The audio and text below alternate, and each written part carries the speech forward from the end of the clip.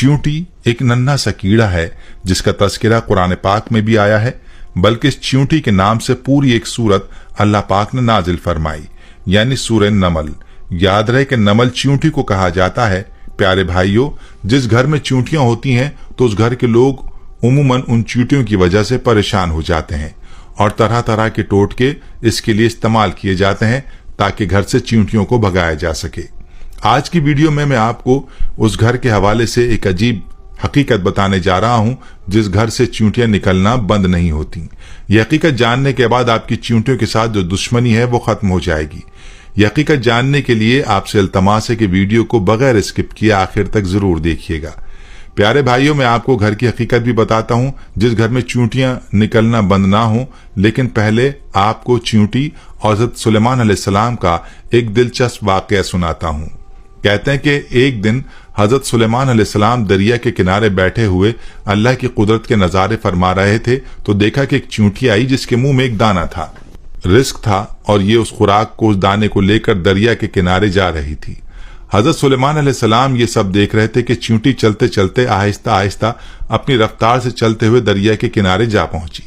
उस दौरान एक अजीब वाकया आप अलैहिस्सलाम ने देखा कि जब ये चींटी दरिया के पास पहुंची तो दरिया में से एक मेंढक बाहर आया और मुंह खोला।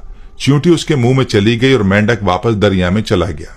ये सब मंजर अल्लाह के नबी अलैहिस्सलाम देख रहे थे। कुछ देर बाद वो मेंढक फिर आया, उसने फिर मुंह खोला और चींटी उसके मुंह से बाहर आ गई। हजरत सुलेमान अलैहिस्सलाम ने गौर किया तो एक फर्क महसूस हुआ कि इससे पहले चींटी जब मेंढक के मुंह में गई थी तो उसके मुंह में दाना था, एक रिस्क था जो अब उसके मुंह में नहीं है।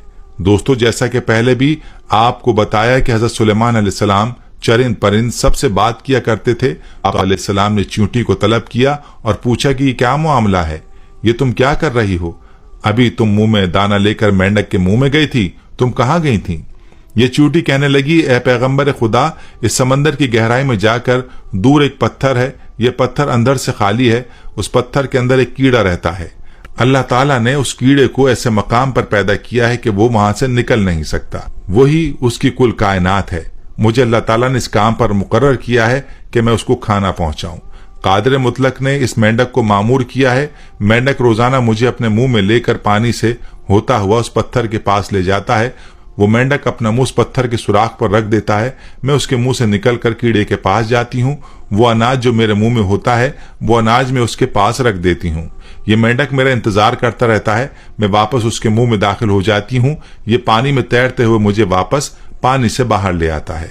हजरत सुलेमान अलैहिस्सलाम ने उससे पूछा कि जब तुम इसके लिए खाना लेकर जाती हो तब तुमने इसकी कभी कोई गुफ्तगू सुनी है?